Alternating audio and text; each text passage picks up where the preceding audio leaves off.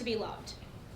Now, I've been to tons and tons of leadership conferences and classes and summits, and I've been a leader of several teams, but to be honest, that question is ridiculous. I mean, you can't impose fear or instill love in anyone. People are going to do what they want to do when they want to do it, and it's not going to matter who you are to them. To people, they want to have a dream and share morals and values with them.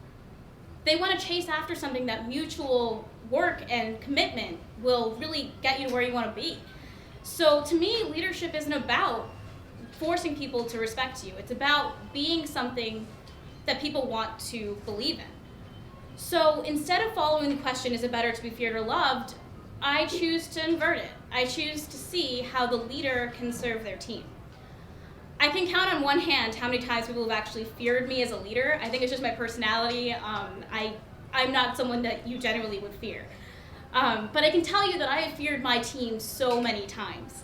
I think fear itself is just an insecurity and not really, I guess, being completely sure of what it is that you can contribute, if maybe your choices aren't the right ones. And the bigger the team, the more you worry that you're going to let them down. And I remember a few years ago, I was a fresh-faced member of a team that was way more experienced than I was. I was really impressed by all their accomplishments. They're a few years older than me. I was terrified to be on their team. And when it turned out that they needed someone to step up and fill in a position that I thought I was underqualified for, I was absolutely mortified. It was just one of the worst weeks of my life when I realized I had to take on that responsibility. And I worked tirelessly. I made sure that I stayed up late at night. I drank way too much coffee. I think most of my meals were from vending machines for like 7 weeks. And long story short, it was a success. It worked out, and everyone was really happy with the results. But I was still really insecure. I didn't really know whether I was being the strong enough person that they needed me to be. So when in retrospect I look back at all the things that I had done, it turns out that they really did respect me, but it wasn't because I had this horrible facade of perfection. I was a complete mess that week.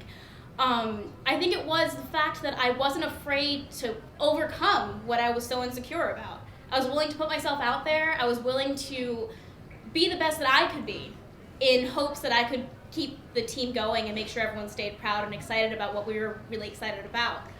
So at the same time, though, it felt really reactive to act that way. I didn't want to constantly be in fear and insecure of what I was able to accomplish, because I found out that I was stronger than I was.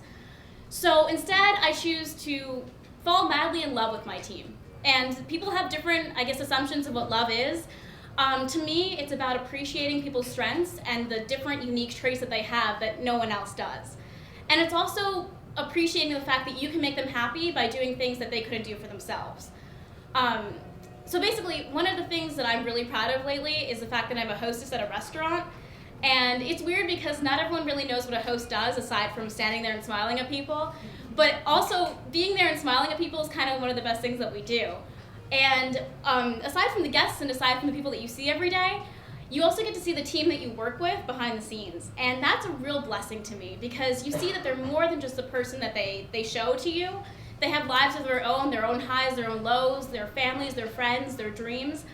And you have to fall in love with them, because they really are unique individuals that deserve the respect that you want to give to them. And I think at the end of the night, when we look back at all the highs and lows of just that one night alone, you realize that you would do anything to be what you want them to be. And it's more proactive in that sense. It's a sustainable motivation.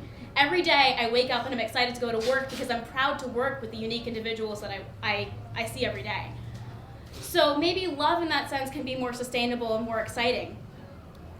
But then again, you have to kind of appreciate who you are in order to love someone. I think one of my favorite things to do every day is to look in the mirror and smile at myself and say, hey, you're pretty awesome.